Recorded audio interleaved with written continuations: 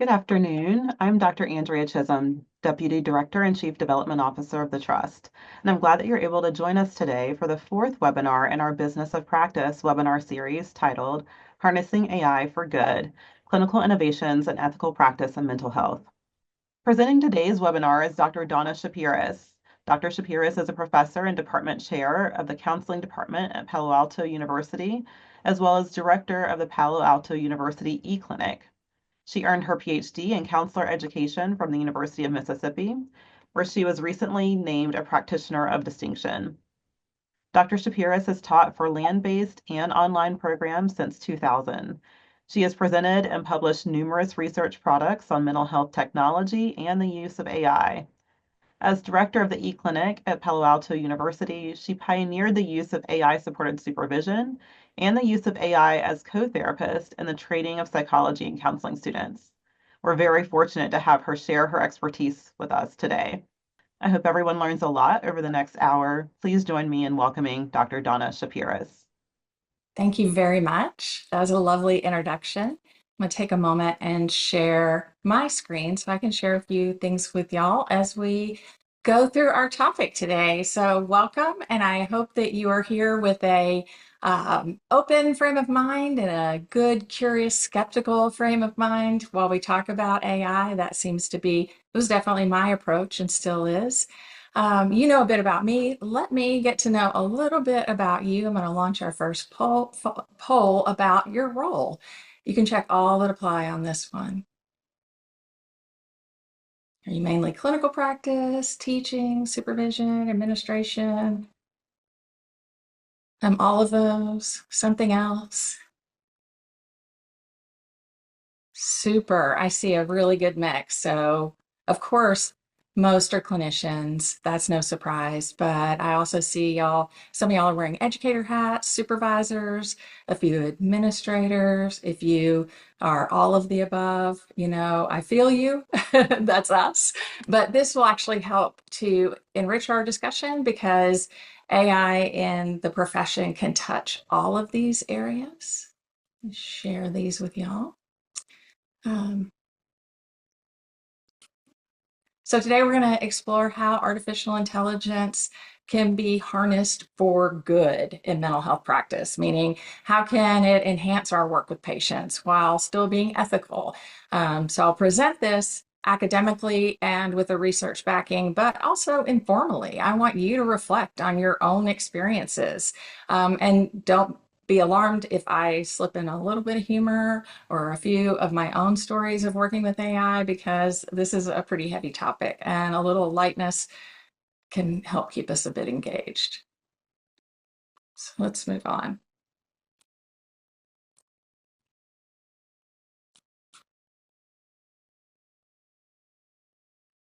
Before we get too much into content, the learning objectives for today, and this might be very ambitious, but we're going to break it down into some manageable pieces.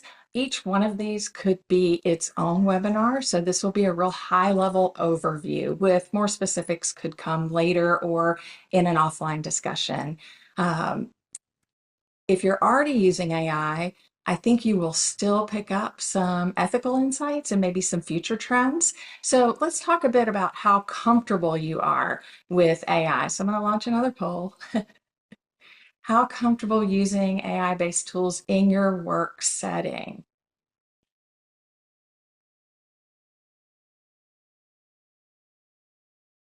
Oh, this is good. A real range. This is a nice, well, for a moment it was a normal curve. It's changing a little bit now, a little skewed. Some of us aren't very comfortable and are pretty unsure, but there's a good number of you that are comfortable and are currently likely using AI in your own practices. And my goal is to really meet you where you are. If you're gung-ho about AI or an AI evangelist, which is how I describe myself, then I want to help support that and enforce and reinforce those ethical guardrails. If you're hesitant, I hope this talk answers some questions and maybe eases some of your concerns by showing some of the opportunities to use AI for good when it is done right. And maybe your comfort will shift a little bit by the end, no pressure, but let's start with just a real quick overview of how has AI intersected with psychology over time, like a historical perspective. So how we got here today. I'm sure many of you are familiar with the ELIZA experiment. So in the mid 60s, ELIZA was developed as a very simple program to simply parrot back what users, patients, said in a therapist-like way. So basically just rephrase statements as questions. Incredibly basic, especially knowing what we can do today. But even then, people actually felt heard by ELIZA and helped by ELIZA. So it started to teach us that this might be a possible outlet for some of our mental health options. Um, or maybe the bar for feeling listened to isn't as high as we thought. It's a little humbling too, because it was pretty rudimentary. Let's fast forward to the 90s when AI starts getting more powerful with IBM and their projects prior to Watson. There was more pattern recognition involved. We saw the birth of things like very primitive sentiment analysis, where the program was trying to gauge emotional tone from simple lines of text. In our research, we began asking, can we use computers to scan a therapy session transcript or writings from a patient to track outcomes? Even though the tech was early days, we were still thinking about, was it possible to use this for good in our therapy practices? 2010s, 2000s, 2010s, these conversational agents really took off. And we all know this because we've all interacted with one when we've gone to purchase something and the pop-up comes up and says, how can I help you today? And probably we all have feelings about those, not always positive. But from a mental health perspective, you might have heard of chatbots like Wobot, which is a CBT chatbot that came out around 2017, or WISA. And these are bots that offer 24/7 support to the people who use them or between sessions, kind of like a therapist helper to check in. Did you practice this homework or breathing today? More advanced sentiment analysis was happening during the 2010s, and we began looking at therapy session recordings to see if a computer could detect, say, if a patient's emotional state was improving or deteriorating based on language. And then we started investigating algorithms that could attend to tone of voice, pauses in the person's speech patterns.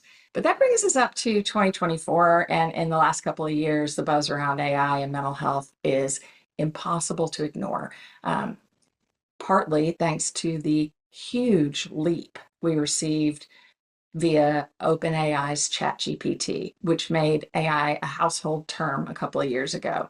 And we are past that point where AI is optional in our lives. It's sort of like when the internet became available for everyone. And y'all know, like right now, what happens when the Wi-Fi isn't working. That's what it'll feel like when the AI isn't working very soon. AI is simply the most powerful technology we've ever seen, and it came to us with zero controls in place. It is being released faster than we have released any type of technology ever. And this is the scary part. It is released faster and with this incredible pressure to developers to cut corners on things like safety of the user, ethics, so that they can bring products to market. The competition is huge right now. And so that part, safety, ethics, that falls on us as the user. When we looked at a very recent uh, survey of practitioners that use AI or see it as a potential to using AI in practice, about 95% of them said AI could help them spend more time with their patients by handling other tasks. And 2/3 of them or so said that AI was already reducing the burden of administrative tasks in their work. And that's huge. So a lot of clinicians are not viewing AI as a threat, but as an aid to help us focus on what matters, our work as the patient with the patient, which I think is something to really sit with and appreciate. Look, AI is never going to replace clinicians, but psychologists who use AI at some level will likely replace those who don't use it at all. And then what about the future? Well, we're looking at even more immersive and more sophisticated tech. So deep learning chatbots that can detect very subtle changes in symptoms or risk factors in an assessment based on what a patient says, that flags statements or tone that helps you help people better. We're combining AI with virtual reality, with augmented reality. And I know it sounds a little Star Trekky because that's where I first saw it, but holographic telepresence, basically hologram therapists who will show up where the patient is. We're already seeing it right now. Oncology centers in Tennessee and Memphis are sending their physicians out to rural clinics via holographic telepresence. So the rural patient who can't get into the large urban clinic can still talk to their doctor in what feels like their space in real time. And then, of course, we can move beyond it being that real person presenting in the hologram to a full AI driven hologram, which I have some thoughts about too. So we have this clear trajectory. It's here to stay. So we have a choice about what to do with it. And ignoring it is not going to be the right answer. We will get left behind. So let's bring this down to your therapeutic practice. This is a case vignette called the silent note taker, which is not a spooky ghost, but AI. So the scenario is Dr. Avery using shiny new AI transcription tool to help her documentation, records each session by audio, transcribes it in real time, creates a nice summary. It's supposedly secure. It uploads the audio to a cloud, encrypts the data, processes it, and deletes it. So in the end, Dr. Avery gets her notes done in seconds. She doesn't have to type them up later, and that sounds great. The catch is she didn't explicitly tell Jordan, her patient, about this. And maybe she thought, well, our intake form says we may use electronic tools and records. And so that's enough. Or she may have forgotten or something else. So let's do another poll and you tell me what the key ethical concerns are for you in this case vignette.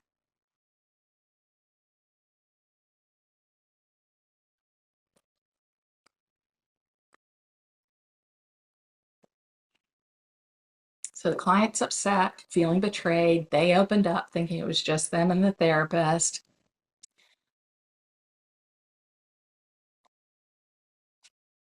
So I'll share in a moment, but looking at the responses, most of you are flagging, rightly so, informed consent and confidentiality, major issues. Those jump out immediately. Dr. Avery did not properly inform Jordan of the use of the technology.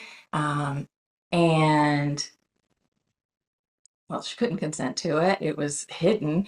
And that undermines the patient's autonomy to make decisions about their own care. But you also, many of you acknowledge the use of secure technology as a concern. Even if Avery had consent, we need to make sure the AI service itself is compliant with HIPAA, secure, and private.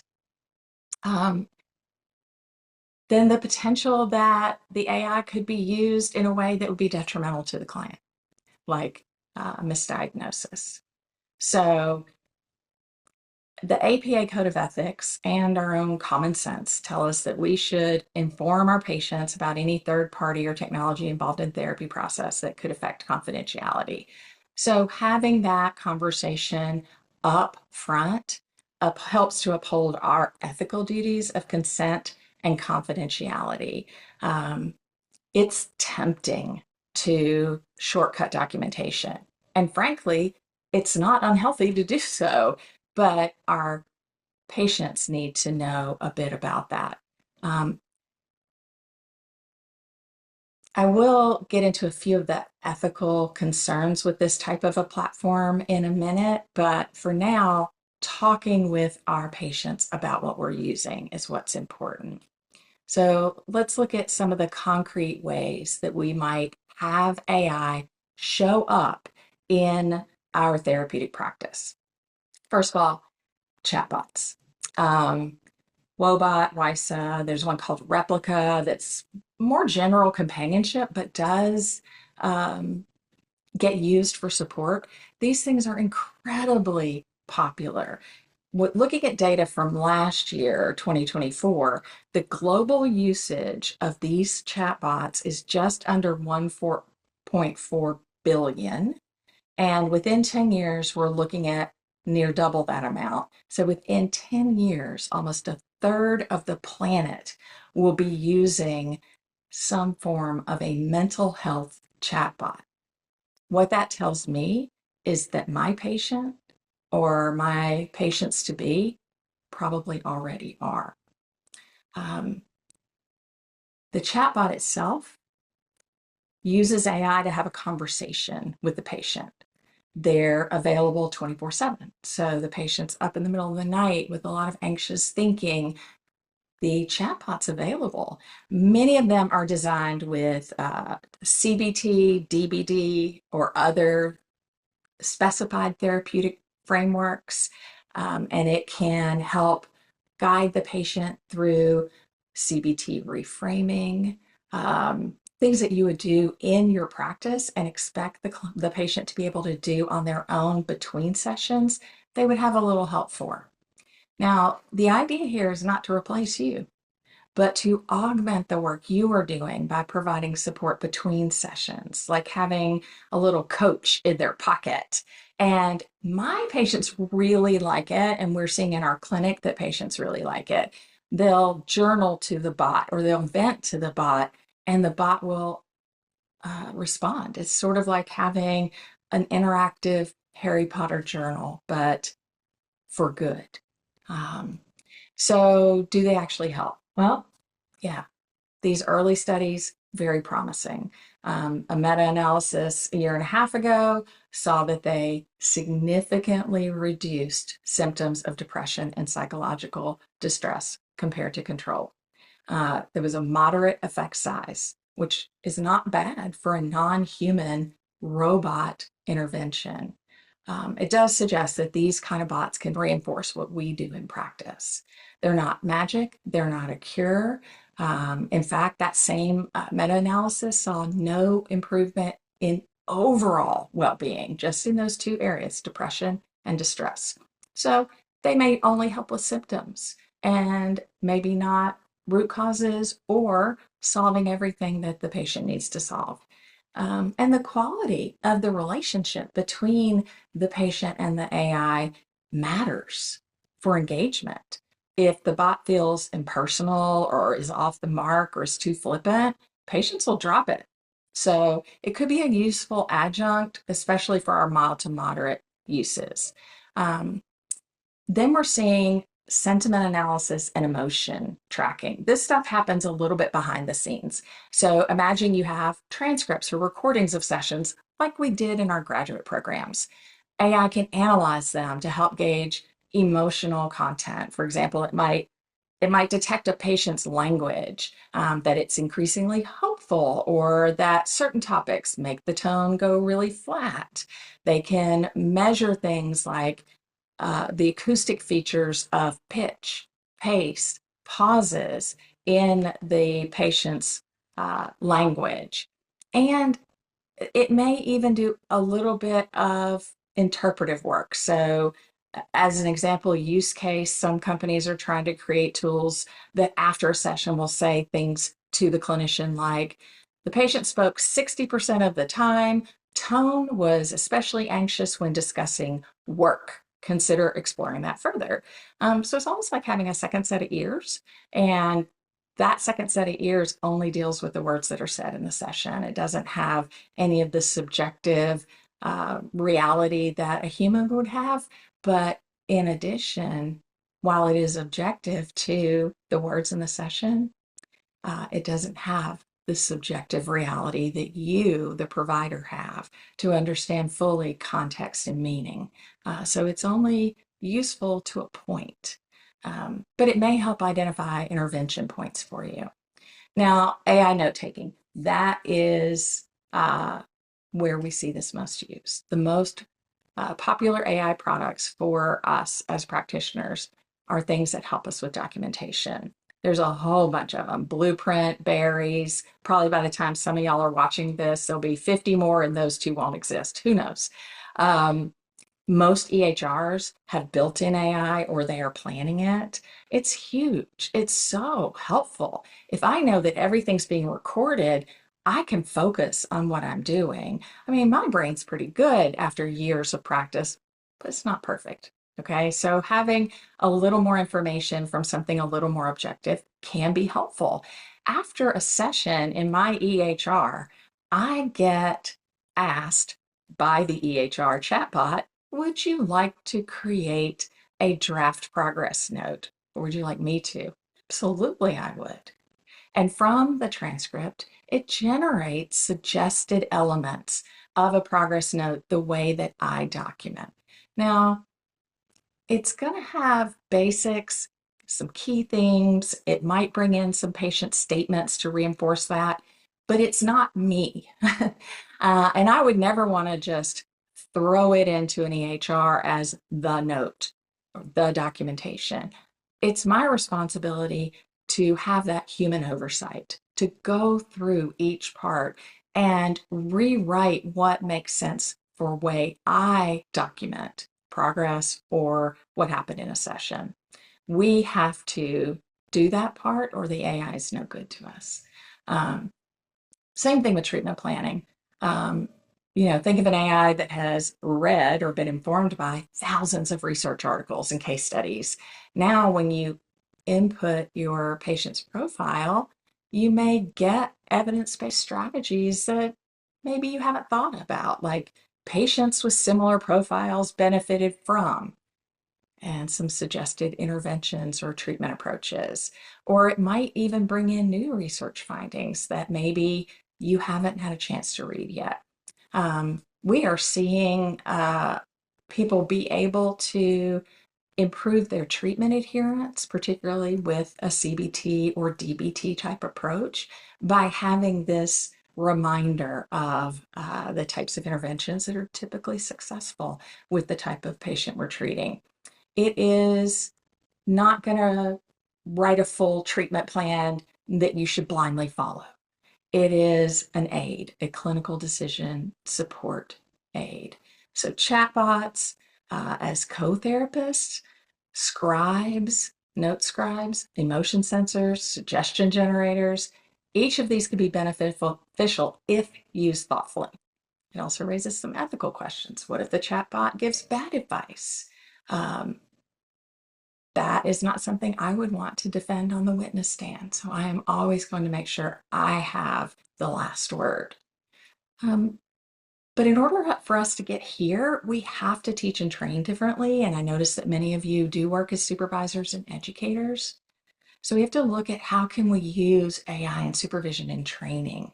That's what I got to do and get to do in my e-clinic. There's a lot of ways that we can do this. I trained well before this kind of technology a long time ago. And we had actors who were our pretend clients or videos. With AI, we can have simulated patients, like sort of a flight simulator for psychologists. AI can pretend to be a particular type of patient, and the trainee can engage with the AI. Creates a safe learning environment. Lord knows we would rather have them practice with the psychology flight simulator than on a real person, right? Also, you can get immediate feedback in most of these. Like you can stop the session and ask for supervisory feedback before continuing on. It's kind of like having a bug in the ear without you, the supervisor, having to be there. Session analytics, reviewing a recorded transcript or session and giving detailed feedback. So the psychologist or the trainee spoke 45% of the time, asked 10 open-ended questions, interrupted the patient twice, expressed empathy 8 times, et cetera, et cetera. And those analytics might be helpful for you if you are trying to help shape and mold a particular trainee. And it might help to track a developmental curve or arc for your supervisees as they are learning to integrate more advanced skills and advanced interventions. We can also use it for diagnostic assistance. And so this is the only demonstration that I will offer today, although I certainly do love to demonstrate tools. Just because of our time limits, let me share quickly with you a very simple OpenAI GPT that I built on differential diagnosis. So I can go in and say, or my students can, I'd like to determine a diagnosis for a client, and it's going to ask me a bunch of questions. And then I've cheated, so I already know the answers. I'm going to tell it what I know about this patient, and it's going to start the 6-step diagnostic process from the DSM-5, starting with ruling out malingering, ruling out substance use, and a medical condition. And then we're going to get into how to get into a specific primary mental health condition. This was very quickly and easily built and can be freely shared. It's good for training. I don't think I would use it in clinical practice at the moment, but to help my students understand the diagnostic protocol, very, very helpful. And these are things that y'all can develop yourself. So let's take another vignette and we'll look at supervision. So if we have a supervisee using AI supervision and the supervisor, Dr. Benson, uses a dashboard to help with feedback, but just doesn't have time in their life to watch all those 60-minute sessions. You know, is Dr. Benson cheating? You know, how does that come across?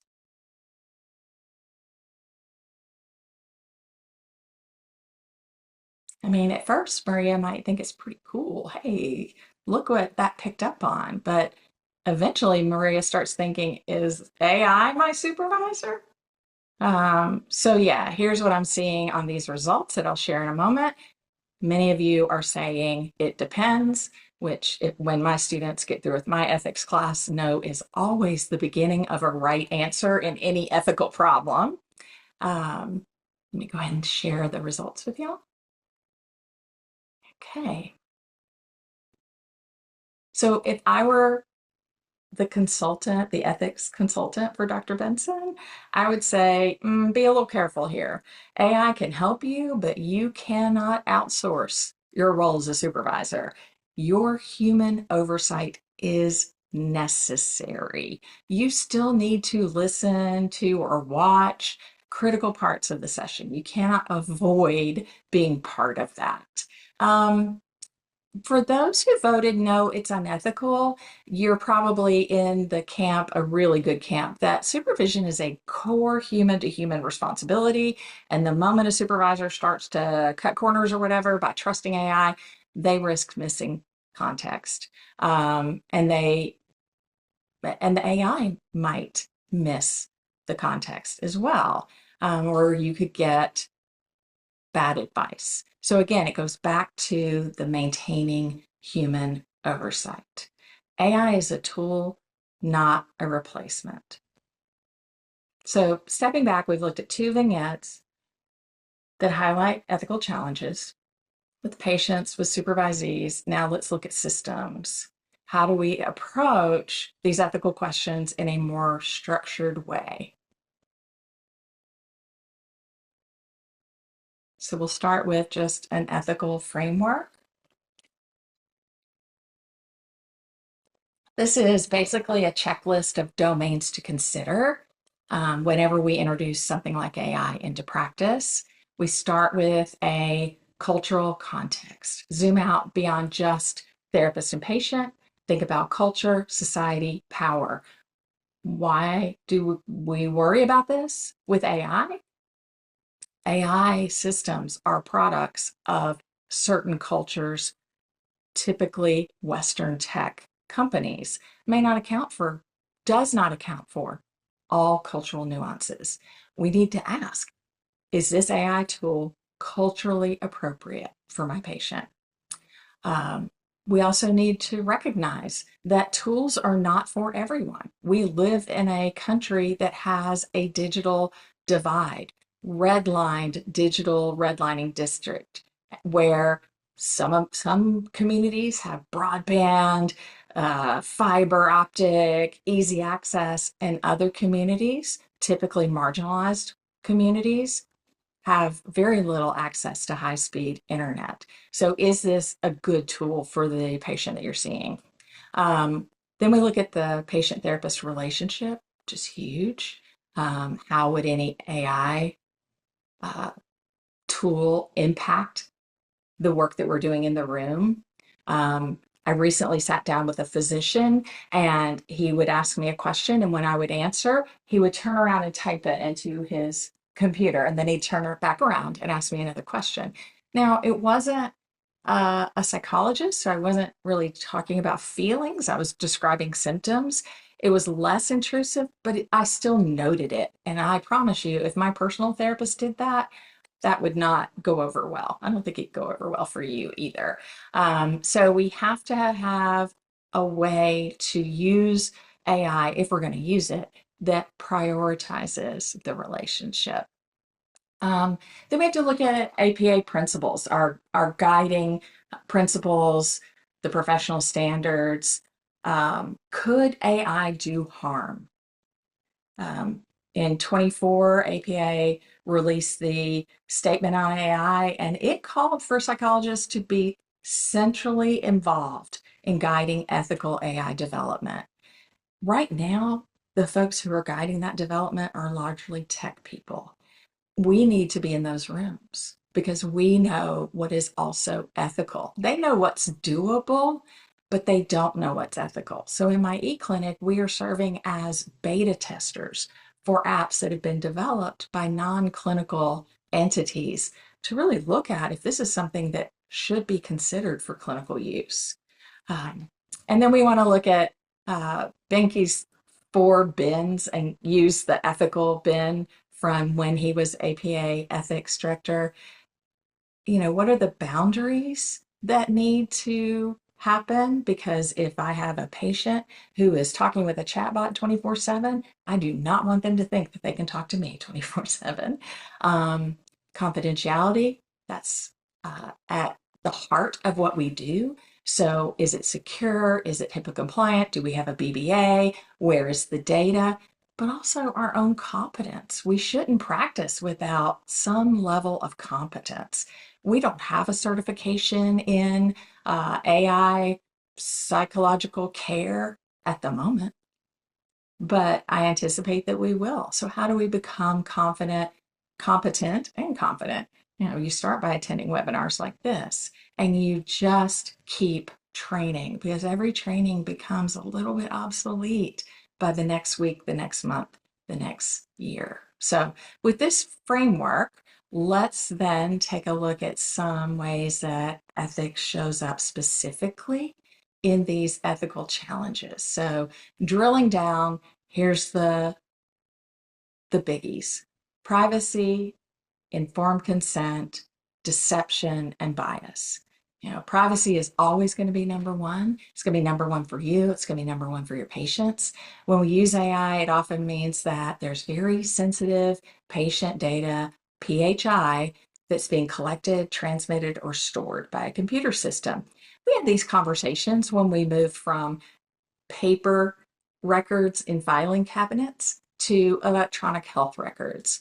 Um, but now we're looking at could be session recordings, session transcripts, tracking of interventions. We're moving beyond a simple series of intake assessment, treatment plan, progress notes type of system.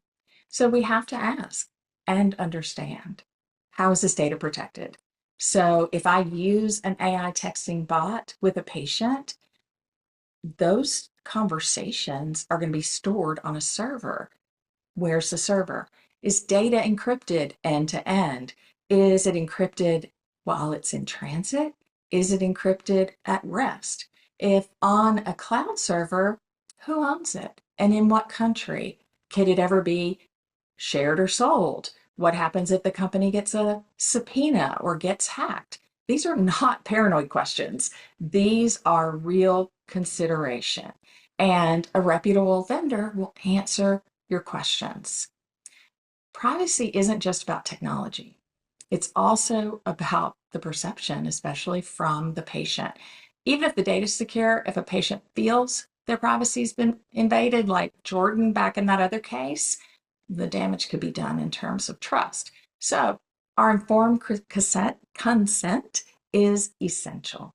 Patients should know and agree to the involvement of AI in their care with a clear understanding what that means. And that sounds straightforward, but frankly, a clear understanding is the hard part. Most of our patients, most of us, don't really know what AI does. We don't know the difference between machine learning and large language models. We don't know generative AI. If I tell a patient I'm using an AI chatbot that uses a machine learning model to analyze your responses, that's going to be a shutdown. So what would be better to say is this tool is like a computer program that will look at what you say and give feedback, kind of like a coach. It isn't human, but it follows patterns from lots of conversations. If anything comes up for you while you're using it that doesn't fit, just make note of it. Don't have to pay attention to it, but let me know. We'll talk about it in our next session. And defining what the limits are for our patients and then seeing if they understand. Comprehending this stuff is difficult. And then finally, the bias and deception piece. So making sure that the AI product is as transparent as possible in your use of it. Talking about how you're using it. If you have a dashboard, what are you doing with that data? What does it look like? Helping the client understand, the patient understand. But also, these are algorithms. And algorithms, back in the day when I took computer courses in the 1900s, it was garbage in, garbage out. Here, it's bias in, bias out. The AI system learns from whatever it's programmed with. If that data is skewed or limited, so will the outputs be. So it might misunderstand patients' cultural, regional approaches, might confuse those as symptoms that aren't there. So ethically, if we're going to use AI, we have to know its limits, double check conclusions against our own clinical judgment.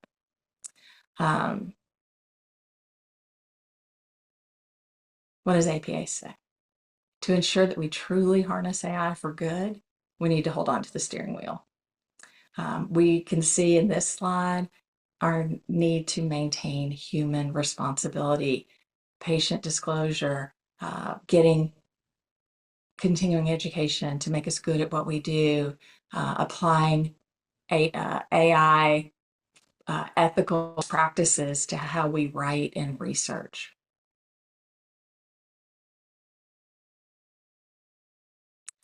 And then we have to really look at how do we get that across. So I mentioned this a moment ago when I shared what I wouldn't say because that would get a blank stare and a way I might approach it. Those are things that we should be practicing with our informed consent. Introducing the idea as early as possible. Hey, I have this AI tool. We could use it. Mention it before you use it. No surprises. Talk about the benefits, the risks, the rationale, how will it help the work that we are doing, and address the concerns. And whatever the concern is, you validate it and give them control. Give the patient the option to be part of it or not. And then something that we often don't do with any kind of informed consent is regular check-ins. It shouldn't be a one and done. It should be ongoing checking in about whatever you're using. So let me shift gears a little bit. We talked mostly about how I use it in clinical practice. Let's look at the regulatory landscape. What rules or laws or ethical codes are out there governing AI in clinical practice? The short answer, not many. Not many yet. We have minimal current oversight. There's no AI specific therapy law or license. If you develop a new therapy chatbot tomorrow, there's no requirement that it pass a government check before people use it. Very different from like a new medication, which has to go through FDA approval. Mental health and AI is the wild, wild west. It's published directly to app stores or inside of ChatGPT. Individuals like patients or therapists just start using them. Some of them label the app as wellness or self-improvement to stay out of the medical device regulations. And that means we have a wide variability in quality and safety. So one chatbot might be responsible and evidence-based, and another might be giving pseudo advice that has no oversight and is way off the mark.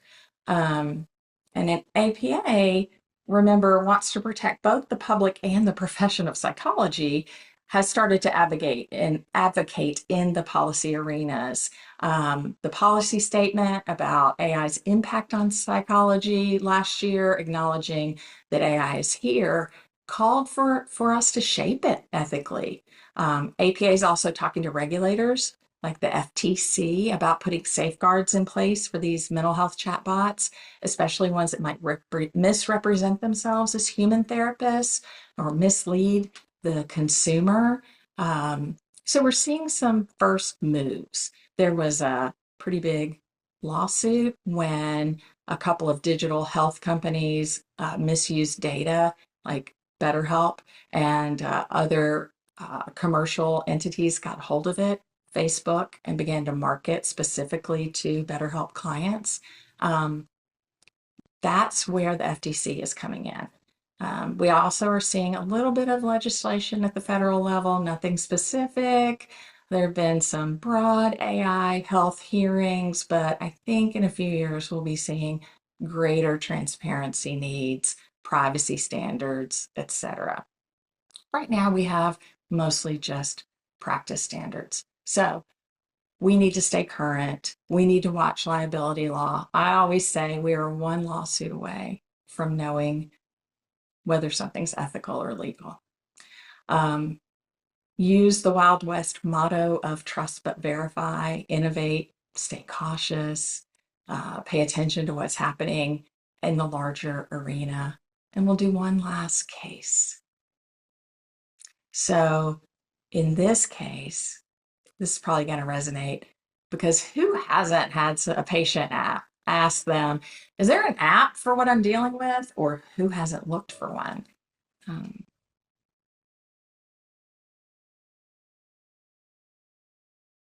So Keisha's feeling betrayed. She's feeling exposed, saying, you know, like, you recommended this to me. Did you know it was going to share my data? Why didn't you tell me this? And then that means the psychologist is in the hot seat for this. Okay, I am very relieved to announce that most of you chose personally reviewed and vetted. If you haven't already voted, pick that one. I'll go ahead and share those results. You know, try it out. Just like a new assessment, one of the first things I do is take the assessment as if I am the person being assessed. Learn it, research its credibility, get to know how it was developed and by whom. Look at the privacy policy, ask questions, understand the limits. There are thousands of these apps out there. Very few have solid evidence or safeguards. So be cautious before recommending. Look for effectiveness, like if it doesn't work or you don't know, don't recommend it. Don't recommend something you don't know. So as we come to the end of my part, let's look at a few key takeaways. Um, AI is so helpful in administrative support. We're seeing a 70% upwards reduction in time on documentation. That's huge, y'all. I don't love writing progress notes and treatment plans. To have a starter for that is so helpful and makes it go so much more quickly. Plus, then I'm not doing documentation nights off time when I shouldn't be. Or maybe I need to be paying more attention to the work that I'm doing with actual patients. We need to look at our patient engagement because between sessions, the drop off of the use is big. A patient might see us 1 hour out of 168 hours in a week. And so those other 167, they're alone. So if we give them a chatbot, that might help them feel less alone. But if it doesn't work, they will drop that too. So, what kind of clinical insights we've already touched on? It can crunch data and see patterns, but it's not perfect. You're the one that has to oversee it all. And then get better at what you do. Really carve out time for that continuing education. Get involved in the ethics development. Um, Help the profession help itself.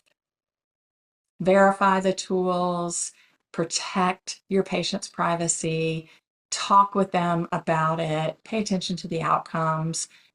Maybe the tool increased their anxiety rather than decreased it. And that's one of the questions we ask in our beta testing model. Adapt an approach. It's not a one size fit all.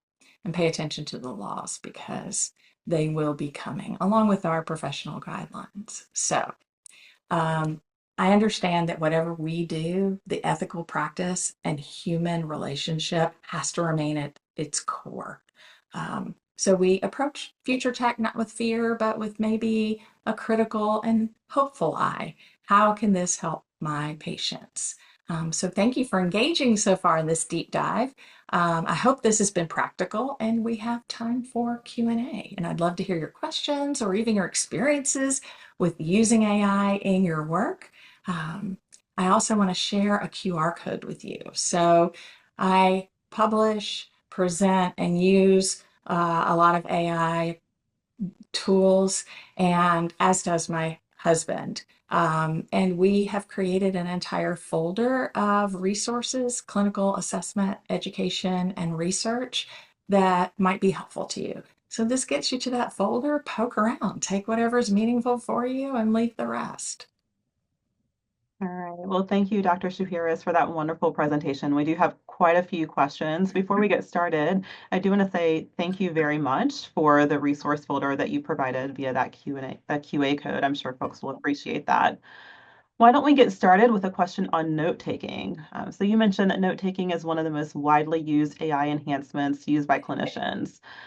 So much therapist processing happens when writing notes or should. Not originating the notes cuts off that process of making connections and clarifying or recognizing subtle patterns. So documenting is active, not passive. This person wants to hear more about your thoughts on that because they haven't seen any comments referencing how much active activity that psychologists need to take in writing these notes. Right. And I don't think we have like any kind of a ratio. So one of the criticisms that comes up about using AI to support note taking and documentation is, wait, then clinicians aren't learning how to do this. And true, they're not learning maybe how to start and finish completely raw and by hand, but they have to know what goes in a treatment plan, what goes in a progress note, what is essential in a session summary to verify what they're building. And that happens early in training when you have a supervisor who's also looking at your notes and signing off. They're not going to sign off on something that's not appropriate. So the younger clinician, the newer clinician is learning along the way. With an AI support, it depends on the platform. So some platforms will give you a lot of suggestions with narrative from the session to back it up. Some will give you a synopsis paragraph that you can add to, edit, or completely throw away. A lot of that depends on the platform and how you're using it. I think it's important to note that just like we've never ever done documentation of everything that everyone has ever said in therapy, session notes will be a truncated version of what occurred and should be. And those archival transcripts and videos in scribe platforms will disappear. They are deaggregated and let go after the session. So that, I hope, starts to answer that question. Yeah, I actually think that I have one that picks up where you left off. So, a question about security. This person spoke with their cyber tech guy who manages their office security and advises regarding HIPAA. And he said that AI can never truly be HIPAA compliant because AI learns from every interaction. And this person says that the AI tool is using the client data to improve itself. And so his thought is that he said that if it doesn't do that, it isn't true AI. So, can you speak to that? Yeah. Okay, so the second part, if it doesn't do that, it's not AI. Absolutely. AI is intended to, well, largely did to move beyond machine learning, which is basically ChatGPT, where it just kind of brings facts together and says, here you go. It's intended to draw some inferences or relate to a theoretical underpinning.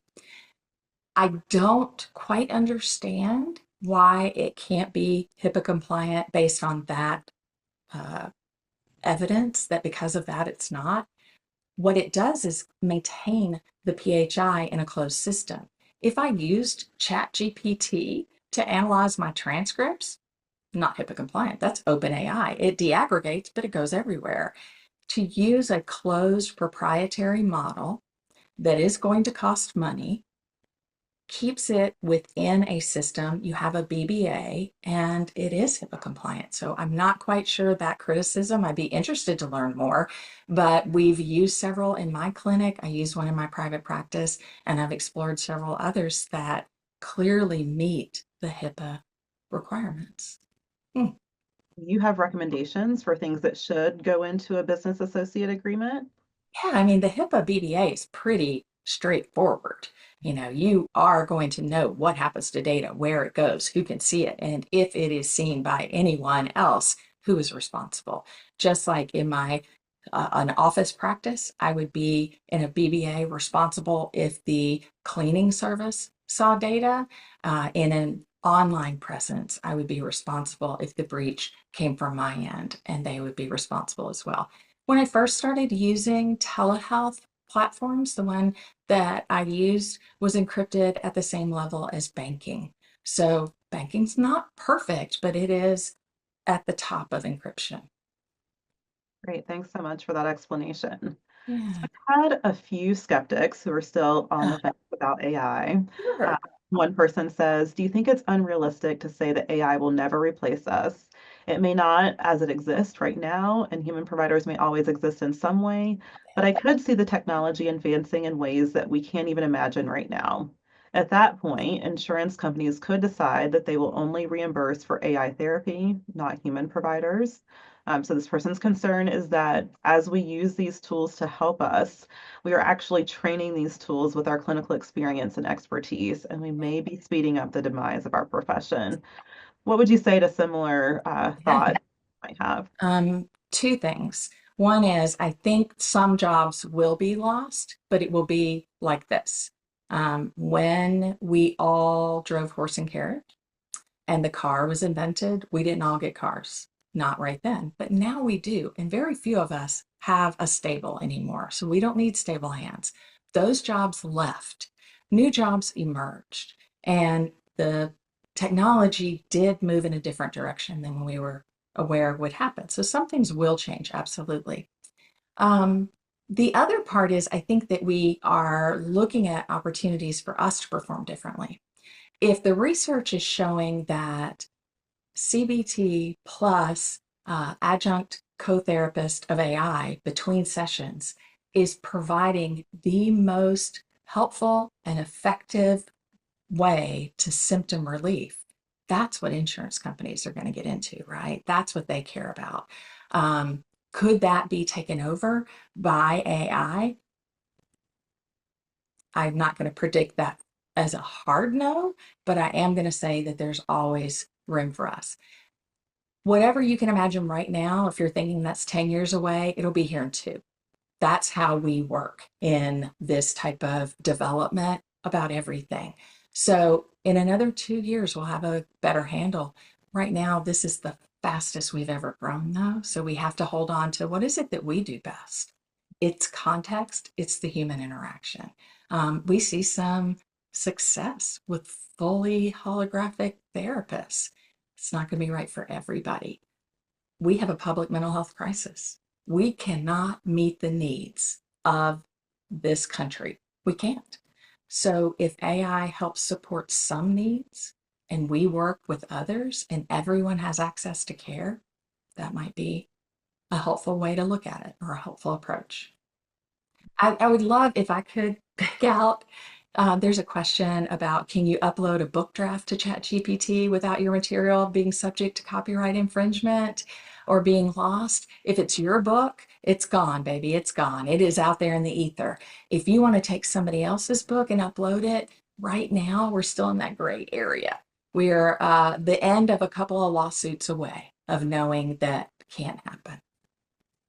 Well, so why don't we end with this question? So the last one that I asked you was for somebody who was a bit skeptical, but this person wants to know where they can start. So for those who are new to using AI in our clinical practice, where Yeah. would you recommend we begin? Man, I would absolutely start by playing with Claude AI or ChatGPT to become comfortable with what AI can do. Get comfortable with it, setting itineraries for travel, asking it about things, ask it about hypothetical clients. Listen to what it's giving you. Then I would encourage you to try to build one. The GPT I showed you, I built using the DSM guides to differential decision making, the decision tree, the other tables, and an understanding of symptomology. Using that to inform gives a lot of somewhat correct answers. But that's from a written case study, which is, that's tiny. That's not the human in front of you who is so much richer and more involved. So that's where I would start. And then you start poking around at what's available and doing the free trials, like trying a scribe program with your sessions or seeing what's available for the type of practice that you do or the type of education you do. And look around in those folders. There's some examples in there.